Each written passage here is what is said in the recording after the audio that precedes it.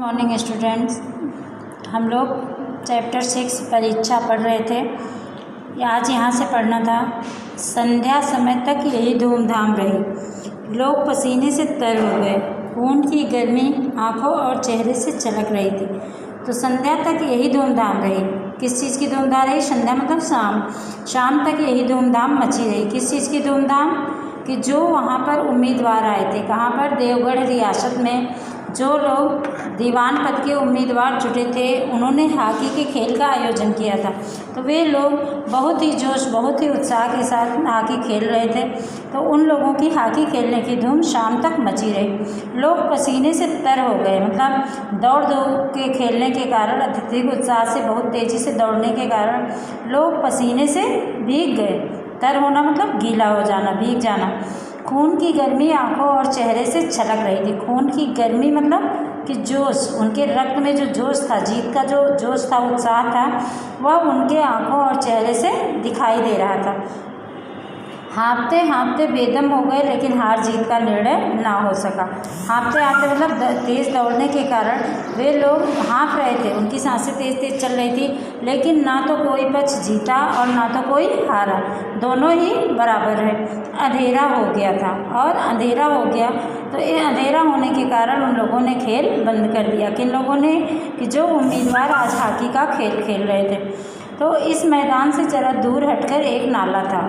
जो हॉकी का मैदान था, खेल का मैदान था, उससे थोड़ी सी दूर पर एक नाला था। उस पर कोई पुल ना था, और नाले के ऊपर कोई पुल नहीं बना था, इसलिए पथिकों को नाले से चलकर आना पड़ता था। पथिक मतलब राहगीर। तो जो राहगीर थे वे उसी नाले से उतरते हुए आते थे, क्योंकि पुल होता तो पुल के ऊपर से चले आते, लेकिन पुल ना बनने के कारण जो भी जिस सवारी से, जिस गाड़ी से आता था, उसको नाले में उतार कर फिर ऊपर चढ़ाता था, तब आता था। खेल अभी बंद ही हुआ था और खिलाड़ी दम ले रहे थे कि एक किसान अनाज से भरी गाड़ी लिए उस नाले पर आया।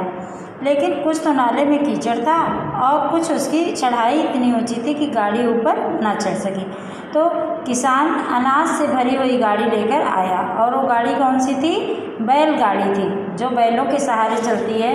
उसी गाड़ी को लेकर के, उसमें 2 बैल लगे हुए थे और गाड़ी में अनाज भरा हुआ था। उस गाड़ी को लेकर वह किसान नाले के ऊपर आया, लेकिन नाली में कीचड़ भी था और चढ़ाई इतनी ऊंची थी। नाला गहरा होने के कारण नाले से जब उतरते समय तो गाड़ी उतर जाती थी, लेकिन चढ़ाते समय बहुत ही परेशानी होती थी, क्योंकि चढ़ाई इतनी ऊंची थी कि इतनी आसानी से न चढ़ पाती।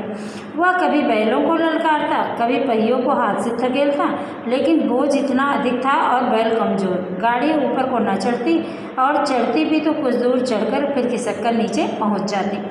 तो वह किसान, गाड़ी जब बीच में नाले में उतर गई और ऊपर नहीं चढ़ पा रही थी, तो कभी वह गाड़ी पर बैठकर बैलों को ललकारता, मतलब कि जल्दी से जब बैल चढ़ जाए ऊपर, और कभी तो नीचे उतरकर पहिए को हाथ से धक्का देता कि हो सकता है गाड़ी ऊपर चढ़ जाए। लेकिन बोझ अधिक था, क्योंकि उस गाड़ी में अनाज भरा हुआ था, तो अनाज भरने के कारण वह गाड़ी ऊपर नहीं चढ़ पा रही थी। और बैल भी कमज़ोर थे, बैल इतने स्वस्थ हृष्ट-पुष्ट नहीं थे कि वे गाड़ी को जोर लगाकर खींच सकें। किसान बार बार जोर लगाता और बार बार झुंझलाकर बैलों को मारता, लेकिन गाड़ी आगे बढ़ने का नाम ना लेती। तो किसान बार बार जोर लगाता, मतलब उतर करके वह पहिए को धक्का देने की कोशिश करता, लेकिन गाड़ी ऊपर नहीं चढ़ पा रही थी। तो बेचारा इधर उधर निराश होकर ताकता मतलब लोगों की तरफ देखता, लेकिन वहाँ कोई नज़र नहीं आता। तो वह सोच रहा था कि कोई मिल जाता उसकी सहायता के लिए, कि वह गाड़ी पर बैठकर बैलों को जोर लगाता और कोई पीछे से पहिए में धक्का दे देता, तो उसकी गाड़ी शायद नाले से ऊपर हो जाती। लेकिन वहाँ पर कोई दिखाई नहीं दे रहा था। गाड़ी को अकेले छोड़कर कहीं जा भी ना सकता था, बड़ी विपत्ति में फंसा हुआ था। विपत्ति मतलब मजबूरी, परेशानी थी, और गाड़ी को वह अकेले छोड़कर कहीं नहीं जा सकता था, इसलिए कि उसमें अनाज भरा हुआ था। अगर वह गाड़ी छोड़कर चला जाता तो उसका अनाज कोई उतार सकता था, उतार कर लेकर जा सकता था। तो उसके सामने बहुत ही मजबूरी आ गई थी, बहुत ही परेशानी में फंसा हुआ था। इसी बीच खिलाड़ियों का दल हाथों में डंडे लिए घूमते उधर से निकला। तो उसी समय खिलाड़ियों का दल, जो देवगढ़ रियासत में आए हुए उम्मीदवार थे, जो हॉकी का खेल खेल रहे थे, भागते उधर से ही आ रहे थे। वो खिलाड़ियों का दल मतलब कि बहुत सारे खिलाड़ियों का समूह। किसान ने उनकी तरफ सहमी हुई आंखों से देखा। सहमी हुई मतलब डरी हुई। तो उन किसान ने उन लोगों की तरफ सहमी हुई मतलब डरी हुई आंखों से देखा, परंतु किसी से मदद मांगने का साहस ना हुआ। लेकिन देखने के बाद उसे लगा कि सहायता मांगने के बाद कोई उसे घुड़क न दे, कोई उसे डांट न दे, इस कारण उसका साहस ही नहीं हुआ। वह इतनी हिम्मत नहीं जुटा पाया कि वह उनसे थोड़ी सहायता मांग ले।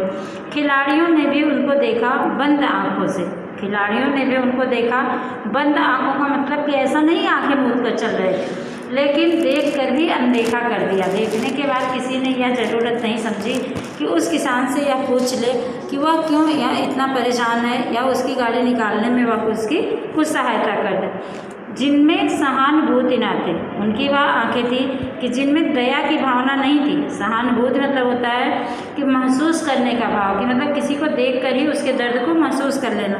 लेकिन उन खिलाड़ियों के अंदर ऐसा कोई भाव नहीं था। उनमें स्वार्थ था, मद था, मगर उदारता और भाईचारे का नाम ना था। कि उन खिलाड़ियों के अंदर सिर्फ स्वार्थ था। किस चीज़ का स्वार्थ? दीवान पद पाने का स्वार्थ। मद था, अहंकार था, कि अपनी योग्यता का अहंकार था। लेकिन उनके अंदर ना तो उदारता की भावना थी और ना तो भाईचारे का भाव था। कि भाईचारे का भाव मतलब कि किसी को भी विपत्ति में देखकर उसे अपना समझकर उसकी सहायता कर देना। लेकिन उन लोगों के अंदर ऐसा कोई भाव नहीं था कि कोई रुककर उनकी सहायता कर देता।